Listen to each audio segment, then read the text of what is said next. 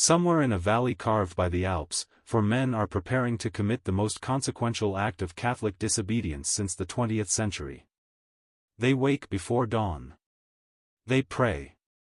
They fast. They have done this for weeks. None of them will tell you their name. The society that trained them won't release it. And Rome is watching, waiting, with a document already written, already reviewed, already signed in every way except one, the Pope's signature, sitting on a desk in the most powerful doctrinal office in the Catholic world. The date circled on every church calendar that matters is July 1st.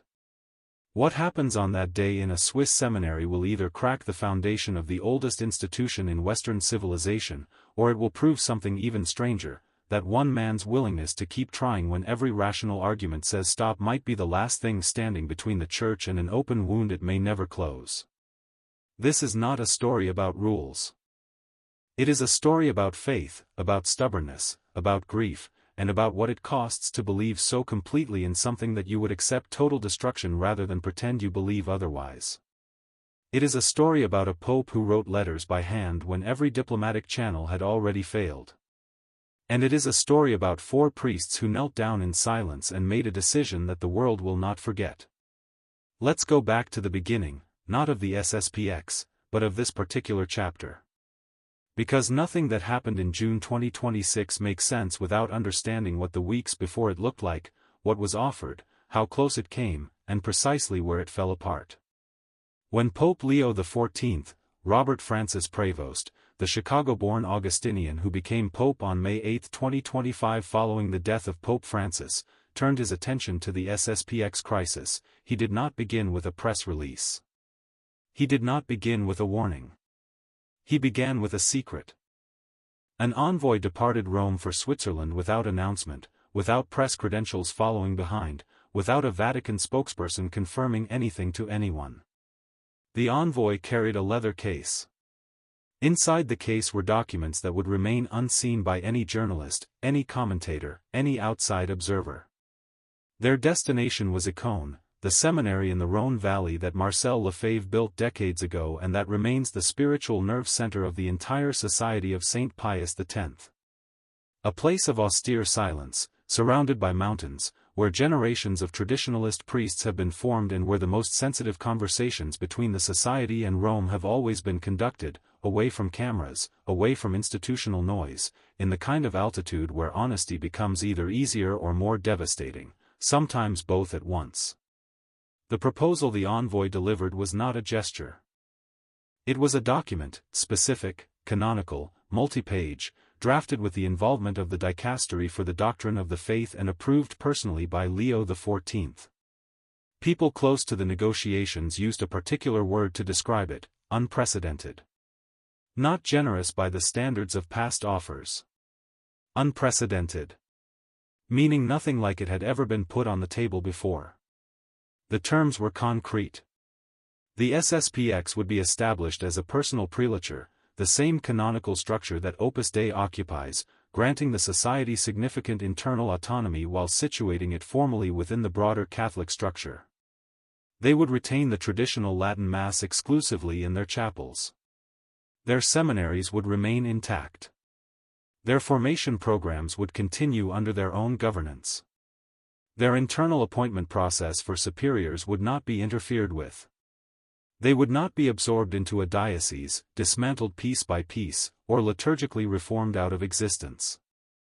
They would be welcomed as they are. 6 conditions. That is what Rome asked in return. 6 specific requirements, and meeting them would close more than 50 years of estrangement. Father Davide Pagliarani, the Superior General of the SSPX, received the envoy in person. He read the documents with his council. He asked questions. The envoy answered them. The room was tense but not hostile, and the conversation, sources say, was substantive.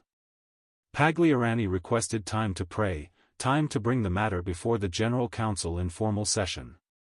The envoy agreed. He returned to Rome. And then something neither side had fully anticipated began to happen. Hope moved through the SSPX's leadership like weather through a valley. Not everyone felt it the same way. Some members of the General Council looked at the proposal and saw the most favorable terms the society would ever see in their lifetimes. Others examined each clause for the trap they were certain must be somewhere inside. But no one demanded immediate rejection.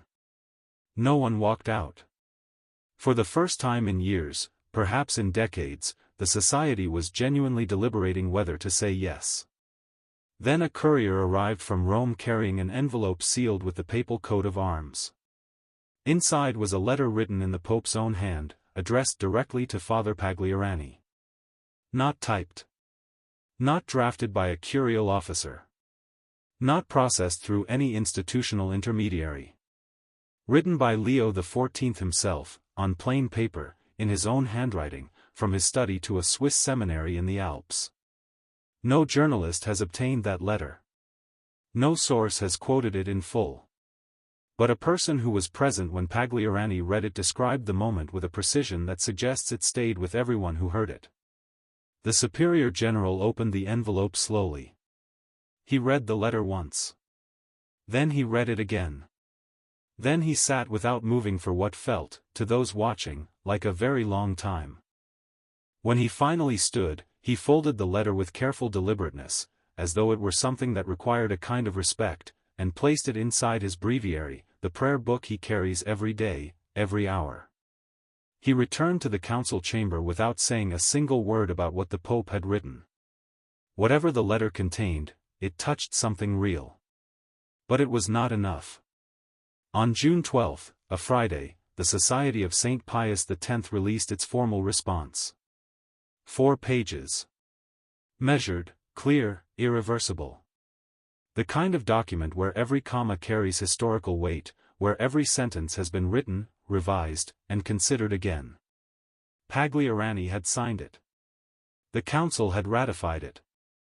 And it was delivered simultaneously to 3 Vatican offices, to 2 wire services, and to every SSPX district superior operating across 6 continents. The Society accepted 4 of the 6 conditions. 4 of 6. On first reading, that sounds close.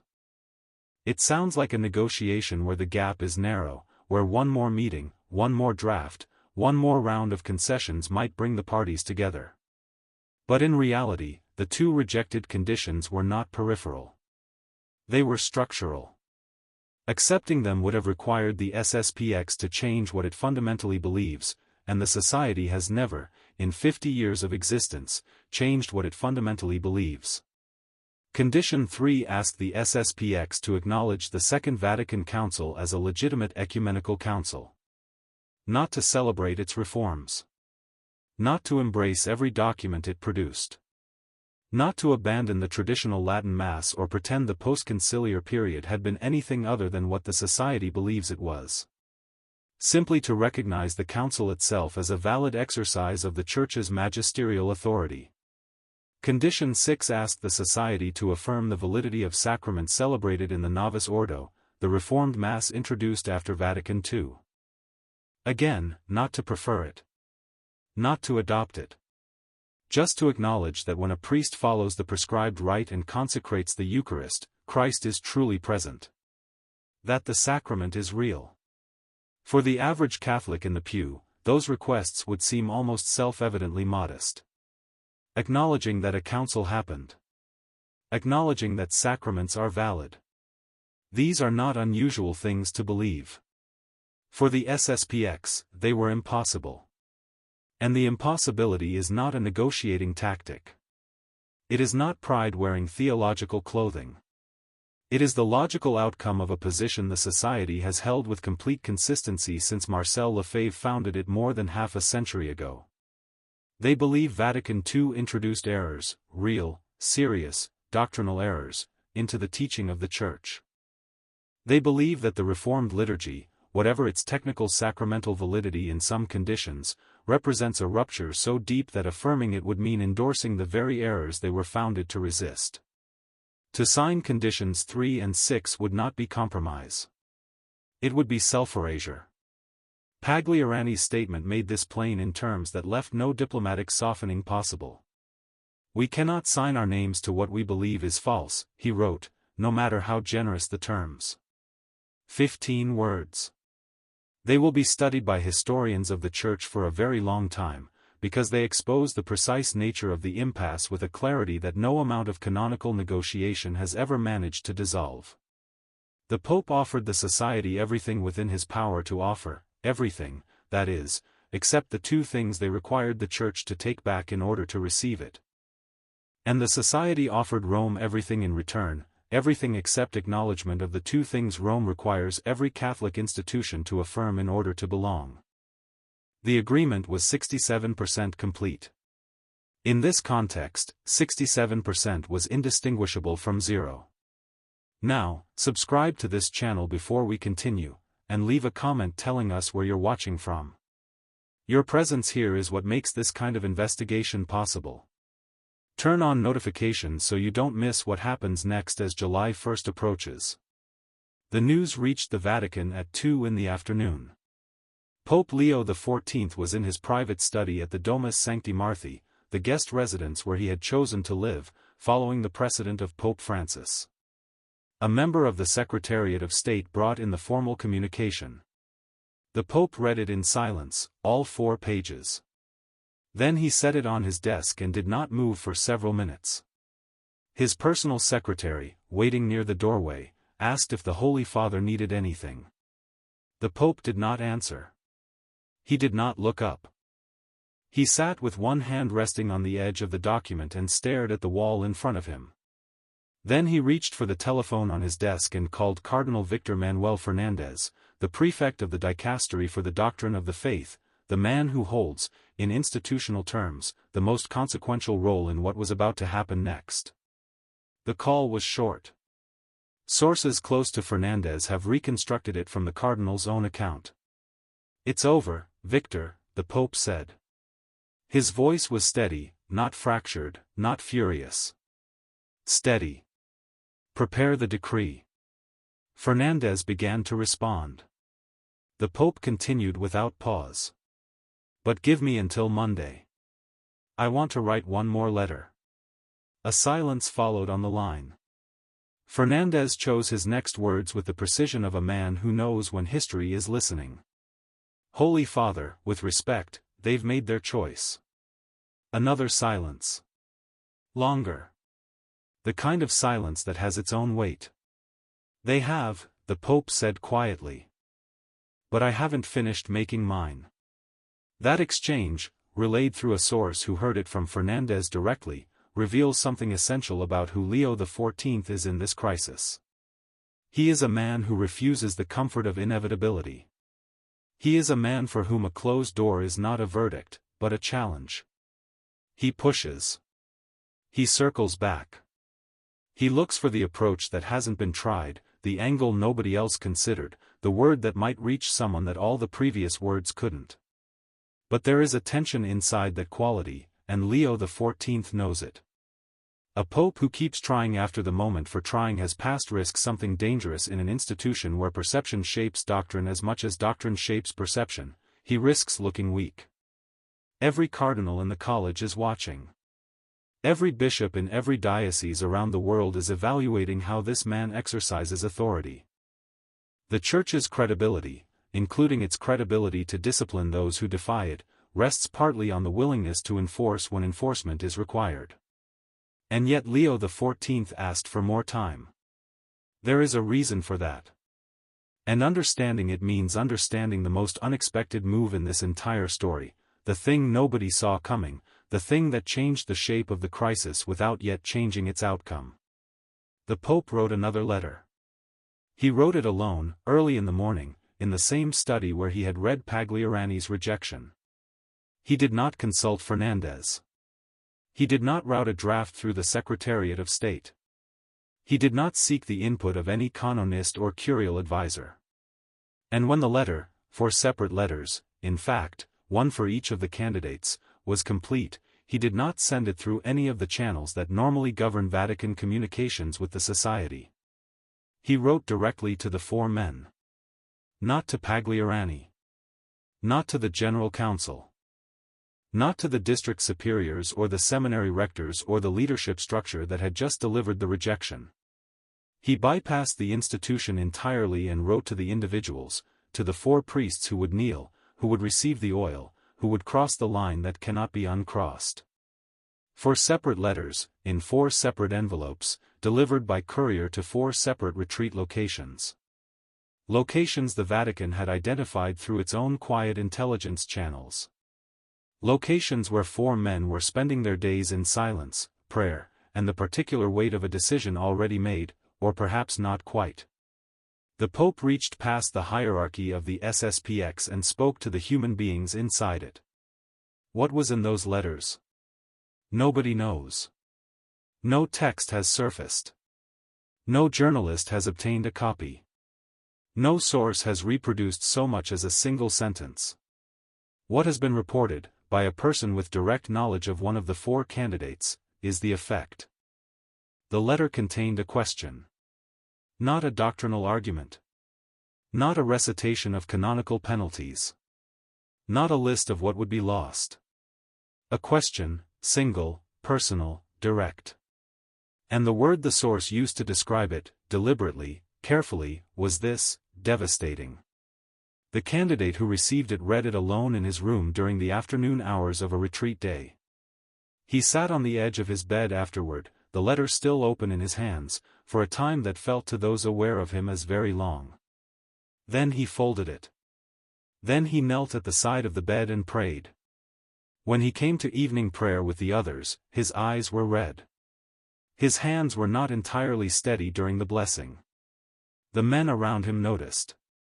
No one spoke. In the silence of a retreat, certain things do not require words. What was the question? We do not know. Perhaps we will never know. The Pope wrote those letters and 4 men read them in private, and whatever passed between the Bishop of Rome and 4 individual priests belongs, for now, to the silence of those alpine rooms. But what the Pope did, reaching past the institution to the man, past the theologian to the priest, past the canonical status to the human being who once knelt before a bishop and promised obedience, who once held the consecrated host for the first time and could not speak for what he felt, that act reveals something about how Leo XIV thinks about the nature of this crisis. Institutions declare. Institutions issue documents. Institutions send envoys with briefcases and negotiate conditions in formal sessions.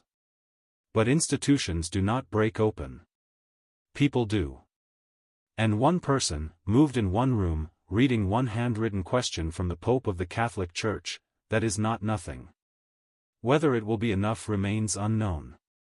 Because on Cardinal Fernandez's desk, a document waits. It is a decree of excommunication. It is fully drafted. It has been reviewed by canonists. It cites Canon 1382, which prohibits the consecration of a bishop without a papal mandate, and which carries a penalty automatic upon the act, no trial required, no canonical process, immediate effect the moment the ceremony concludes.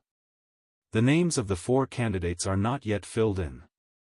They will be, if the ceremony proceeds. The date is not yet filled in. It will be. But the scope of this decree goes further than almost anyone outside the Vatican's innermost circle expected. Sources indicate that the document, as currently drafted, does not limit its reach to the 4 candidates and the consecrating bishop.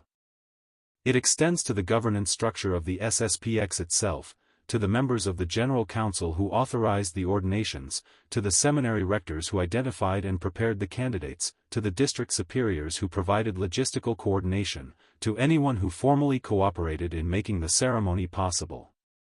This is not the 1988 playbook. In 1988, when Archbishop Marcel Lefebvre consecrated 4 bishops against the explicit orders of John Paul II and was excommunicated alongside them, the decree was targeted: 5 names, 5 excommunications, 1 watershed moment in the history of Catholic traditionalism. The wound it created took 20 years to partially close, and many would argue it never fully closed at all. It wasn't until 2009 that Pope Benedict XVI lifted those excommunications, a decision that drew condemnation from almost every direction and still did not bring the society into full communion with Rome. What sits on Fernandez's desk today is categorically different in scale. If signed, it would effectively declare the entire governing body of the Society of St. Pius X to be in formal schism with the Catholic Church. It would raise immediate and devastating questions about the canonical status of every priest ordained within the society structure. It would put the legal standing of the SSPX's properties, schools, and institutions in jeopardy in jurisdictions around the world. It would transform a crisis into a catastrophe. And the Pope has not signed it. He is waiting. Fernandez has made clear to associates that every canonical requirement is satisfied. The precedent is established. The legal basis is sound. There is nothing more to prepare. And yet Leo XIV waits, not because he is confused, not because he lacks the nerve, but because he is a man who, in the middle of everything, still refuses to accept that he has tried everything. There is a scene that sources describe from late on the night of June 13, the Saturday after the rejection, the day before the deadline Leo had given himself.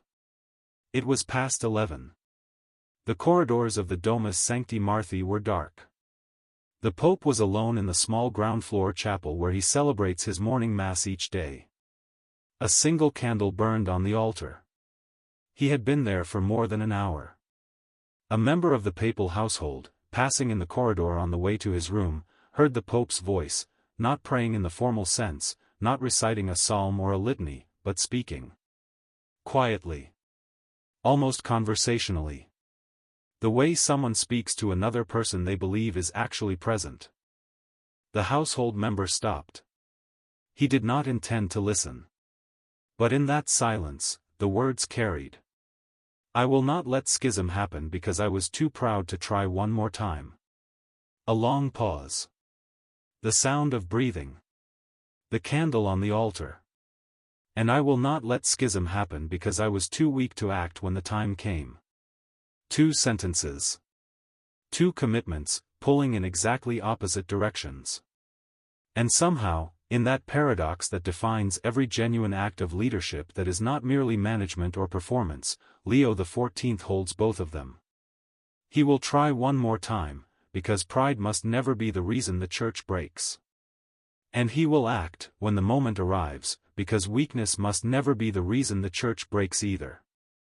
Now let's talk about the 4 men at the center of this, because while the world watches the exchange between the Pope and Pagliarani, while analysts debate canon law and ecclesiology in Catholic media, for individual human beings are preparing to step across a threshold from which there is no return.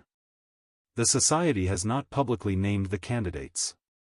This is deliberate practice, partly tradition, partly strategy. Announcing names in advance would make those men immediate targets for canonical pressure and personal appeals from every quarter before the ceremony. But sources close to the SSPX have described the 4 in enough detail to construct something like a picture. And that picture is important, because these are not firebrands. They are not radicals seeking attention or controversy. They are quiet, serious, deeply formed men who have given their adult lives entirely to what they understand as the authentic Catholic faith. The first is a French priest, approximately 52 years old. He has spent more than 2 decades as the rector of a major SSPX seminary in Europe, forming the next generation of society priests, teaching Latin, philosophy, theology, the ceremonial precision of the traditional Massachusetts. People who have worked alongside him for years describe him as scholarly and genuinely reserved. His authority in the classroom does not come from force of personality. It comes from depth. His students speak of him with something that resembles awe more than ordinary respect. The second is an American, around 48, who has served in SSPX chapels and parishes across the United States for more than 20 years, communities ranging from small gatherings of rural families to large, established congregations in major cities. He is known for pastoral warmth, for his ability to sit with families in difficulty, for the kind of loyalty to the Society's mission that reads less like ideology and more like vocation. Several sources describe him as the most reluctant of the 4. Not because he doubts the theology. Not because he questions the decision, but because he understands, with a clarity that is apparently painful, the personal cost. He has family members who attend diocesan parishes. He knows what excommunication does to relationships that have nothing to do with canon law. The third is Argentine, 55 years old. His selection carries a dimension that Vatican observers have noted carefully. The late Pope Francis, Jorge Mario Bergoglio, was Argentine. There is a symbolism, intended or not, in ordaining an Argentine bishop in direct defiance of Francis's successor. This candidate is a gifted preacher, someone whose homilies draw audiences even within the society's already devoted communities. He speaks 4 languages. He has served on 3 continents. He has a wide-angle understanding of what he is about to enter. The fourth is the youngest, a Swiss priest, 44 years old, who grew up 3 kilometers from the Econe seminary. He could see the seminary's bell tower from his childhood bedroom window. He entered formation as a teenager. He has never known any other form of Catholic life. For him, the society and the church are not separate categories. They are the same thing, the same faith, the same Mass, the same unbroken tradition reaching from the present moment back through centuries to the apostles.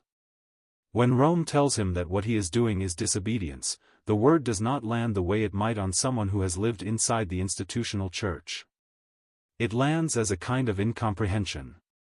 How can fidelity to what has always been be disobedience? Each of these 4 men has been in private retreat for weeks. Each was given a full account of the canonical consequences. Each was offered, quietly, the chance to withdraw without any public shame attached. None did. Each knows that on July 1st, if the ceremony proceeds, he will kneel before a bishop and receive the fullness of holy orders. And each knows that within hours, perhaps minutes, of that moment, a decree will be issued from Rome declaring him excommunicated, cut off in canonical terms from the communion of the faithful, separated in the institutional language of the Church from the very institution he believes he is serving. Bishops. Or excommunicates. There is no category between those two, and no category after. And then there are the people in the pews.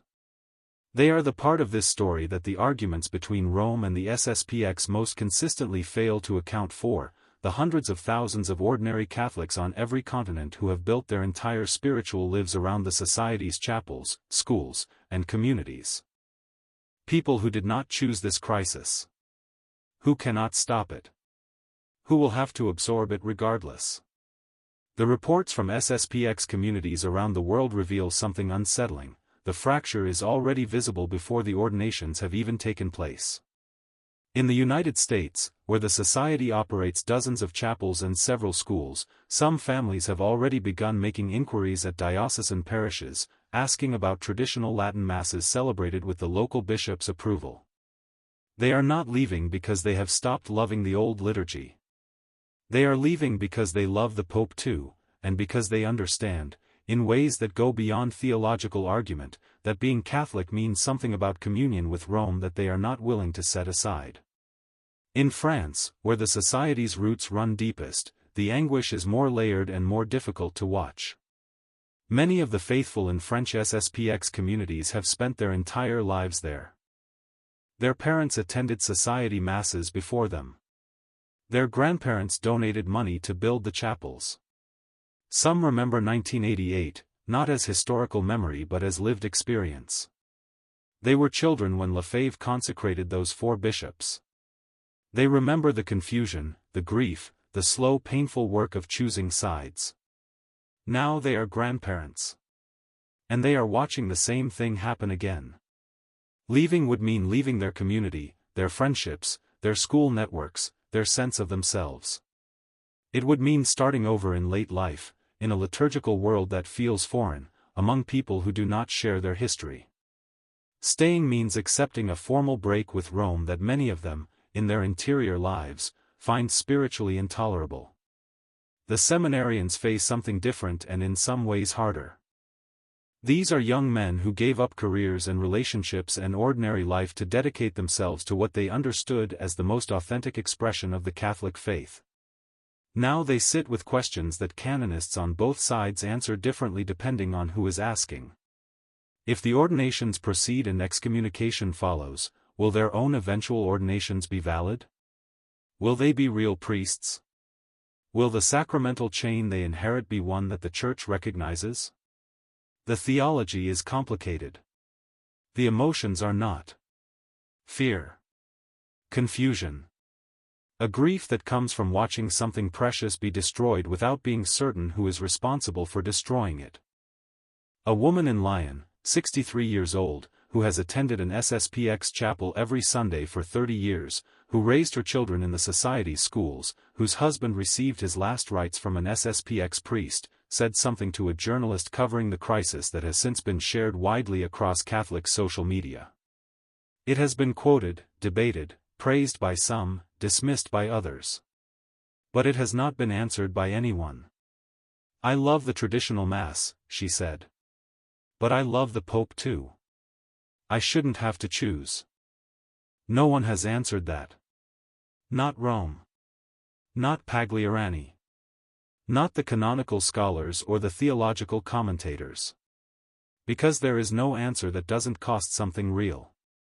History, people say, repeats itself. But there is something they leave out: the second time, you already know the ending.